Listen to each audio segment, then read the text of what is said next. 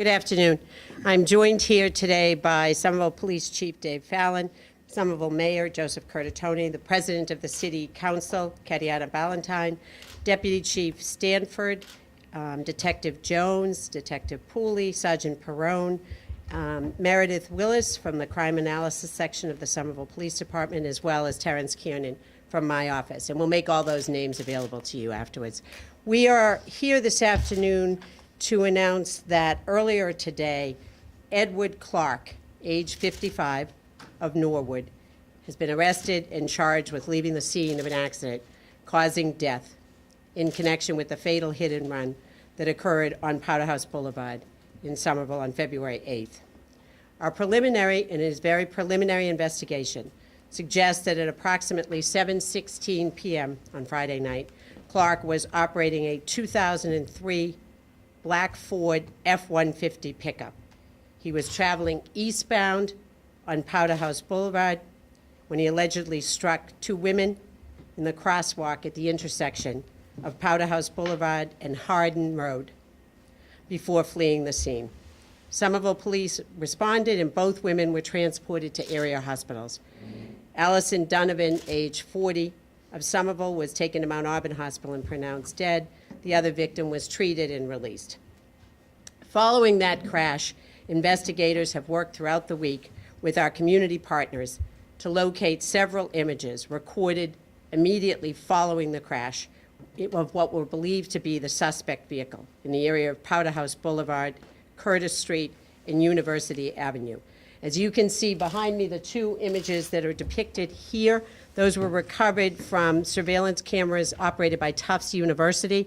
The one on the right, which is the brighter, shows the brighter headlight, is the first. That image was captured shortly after 7:15. The one on the left is 16 seconds later. As you can see, they appear to show a full-size black pickup truck with a cover over the bed of the truck. Today, a Tufts University police officer located a truck with front-end damage consistent with that description that had been made available on University Avenue. He notified the Somerville police. Investigators located the suspect, who is the registered owner of that vehicle, subsequently placed him under arrest. He will be arraigned on the charge of leaving the scene, causing death, tomorrow in Somerville District Court. As I mentioned, the investigation into this incident is still in the preliminary stages.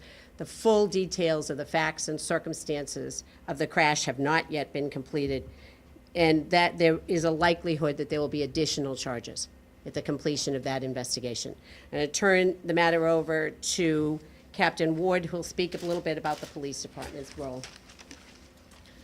This was basically a collaborative effort between the Somerville Police, Tufts University Police, the Medford Police Department, as well as the FBI and the DEA, who all contributed to this situation. It was basically just good old-fashioned boots-on-the-ground police work that allowed us to give closure to the family and to this situation.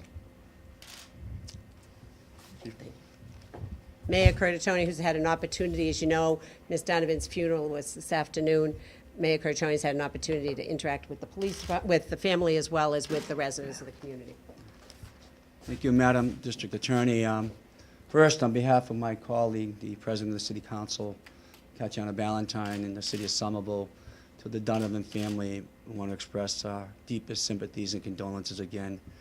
We're sorry that Allison was taken from you and from this community. The family is grieving, and this community is grieving. From anyone who's known Allison Donovan, they'll tell you she was the most sincere, compassionate, and loving person. She touched many lives, not just in Somerville, but other communities where she taught and she was an educator or volunteered. It has been a big loss for all of us. And we're satisfied with today's news and the result of the investigation, and I want to commend the work of the men and women of the Somerville Police Department. It was relentless. I was kept up to date, as well as the council president, for the last 6 days. And they worked as nearly as close to 24 hours as you can from the moment this horrible and tragic collision occurred. And I want to thank our partner law enforcement agencies. And you've heard them, but let me again thank the Tufts University Police Department, the Police Department in Medford, the Federal Bureau of Investigation, and the DA's office. But to the men and women of the Somerville Police Department, thank you very much for working tirelessly day in, day out over the last 6 days to bring the suspect in, to have him charged. And this investigation is still ongoing, but I want to remind everyone that a human life was lost, a precious one, and they're all precious. But someone who our community cares deeply about, there's still a vigil tomorrow night. There's a lot of healing that has to take place, and we will do everything we can to support the family. Thank you very much. Can you tell us more about Clark? What was he doing? Was he cooperative? Where's he from? There'll be more details about that at the arraignment tomorrow. What we do know at this point is that Mr. Clark apparently was alleged to be in the area last Friday because he was acquainted with someone close to the University Road address where the truck was seen this morning. So does he work at Tufts University? No.